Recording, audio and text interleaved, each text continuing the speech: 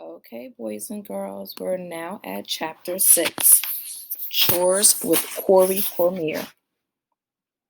Corey wasn't in the backyard waiting for us like we expected. It was too good to be true that he hadn't shown. This was unlikely to be one of those times when our parents issued a punishment and then forgot to follow through on it. That was for minor transgressions. This was a doozy. Mom, we called, stomping in through the back door. If Corey doesn't show, does that mean, hey guys?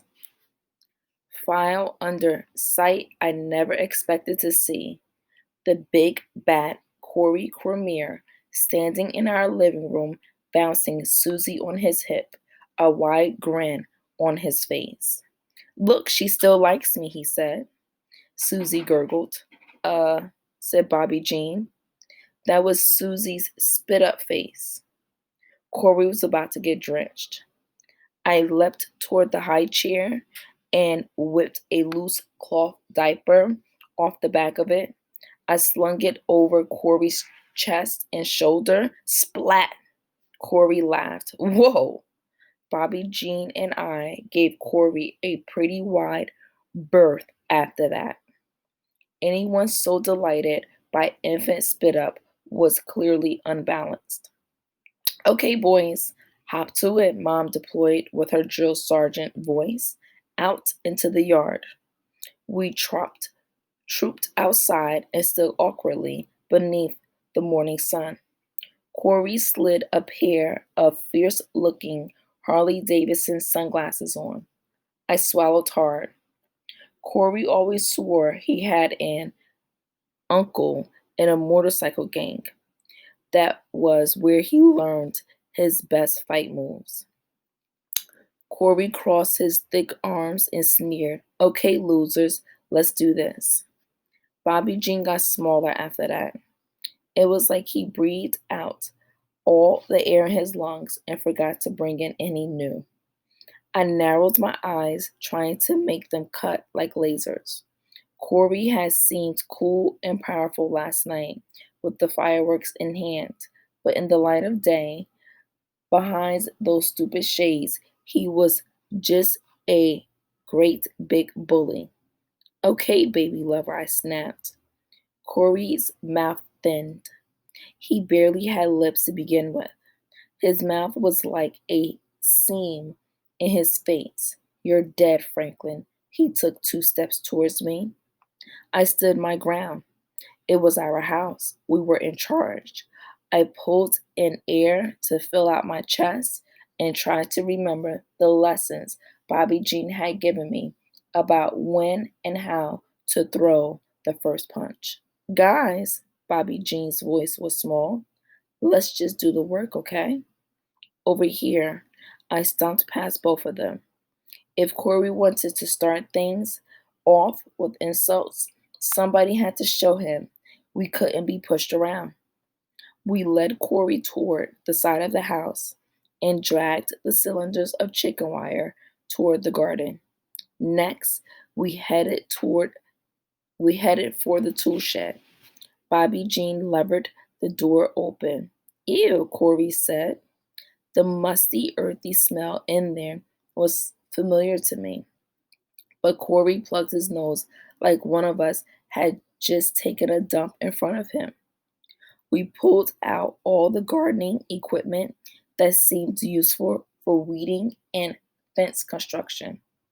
Our spades, the big shovel, the hoe, and a crate to put the weeds in. Bobby Jean grabbed the hedge clippers, which he was allowed to use, but I wasn't. We didn't even really need them. He probably just grabbed them to make himself look tougher. We also dragged out Dad's C3PO stepladder, which we definitely didn't need, but it just looked cool. Even Corey thought so. I could tell because he didn't say something mean about it. We stepped it up along We set it up along the edge of the garden and took turns climbing up it to supervise the weeding. We stuck out our fists. Bobby Jean counted it out. 1, 2, 3, shoot. Paper beat rock. Rock beat rock. So Bobby Jean got first watch. He climbed up the ladder, which was taller than any of us, while Corey and I crawled into the garden. Ooh, Corey said, you have a lot of clay. So what? I snapped. Corey shifted his eyes. I was just saying. Maybe you should stop just saying. We did have a lot of clay. Every spring, Mom had us dumping layers of back soil and manure on top of the garden plot to help the seeds along. The, the things we grew best were pretty hardy tomatoes, squash, and carrots. Lots and lots of carrots. Luckily, the vegetables had all grown tall enough so that we could easily tell which was weeds and which wasn't. Mom was growing 3 rows of tomatoes right in the center of the garden. She planted tomatoes called Big Boys for Bobby Jean, Morning Glory for me, and Early Girl for Susie. Who knew there were this many varieties of tomatoes? If it was up to me, there would be only 2 kinds, the normal size and the cherry size. Bobby Jean used my spy binoculars to study our progress from on high. You missed one over on the left, he instructed as I finished the first row. I pulled the offending weed, then brushed my hands off. Trade, I ordered. Bobby Jean climbed down and handed over the binocs. Yes, the the magnification was pretty good. From up here, I could see details down to the whorl of the brown hair on top of Corey's head. His longish hair flopped into his eyes and he pushed it back from time to time. I couldn't quite imagine what that would feel like. Our hair only grew up and out. Mom always planted a row of corn, even though that was a bit of a fool's errand. Farmers had corn growing in fields and fields around here, but for some reason, trying to grow one small row of it never worked. There was nowhere near, these are nowhere knee high, Bobby Jean said, wading into corn. I don't even know if weeds can save them. Agree, I said, but here we are. Corn is supposed to be knee high by the 4th of July. 4th of July, Corey said from somewhere within the tomatoes. They're totally not on pace. We just said that, I snapped. You don't have to rub it in. Corey was wider than me and even wider than Bobby. He couldn't squeeze in between the vegetable rows so well. He was going to crush all Mom's tomatoes. Trade, I said, and climbed down. I took Corey's place in the middle of things. These are quality, Corey said a moment later, looking through my binocs. If you zoom in close enough, you can't even tell how lame this garden is. That was it. That the last straw. What's your problem? You want to throw down? I stood up to fight, but tripped on tomato cage. My feet seemed to be everywhere but underneath me. I skirted and scrabbled, trying to stay upright. No such luck. I landed knee and elbow first in a pile of chicken wire. I couldn't find my balance. I tumbled tush over tailbone into the grass. Blinking into the cloudless sky, I recognized laughter echoing around me.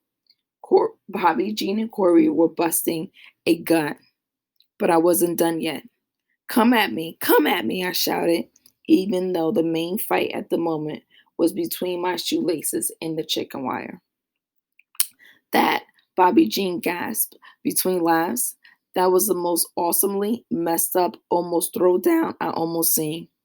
Bobby Jean was trying and failing to keep it together himself. Dude, he choked out, epic. I brushed myself off and tried to shake some dignity back into my lens. Let's go, I croaked. My voice cracked worse than Bobby Jean's ever had. They howled at me. It was actually funny how hard they were laughing. I found myself joining in. Styx once told us that laughter was a magic all its own. I don't remember when and why he said it, but it was Styx's truth, if ever there was one.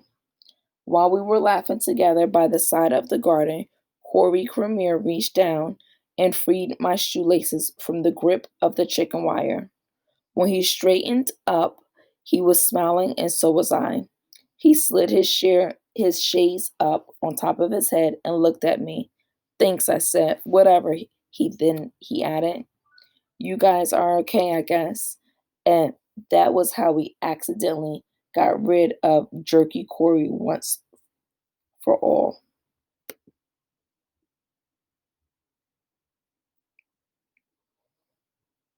Okay, boys and girls, that was the end of chapter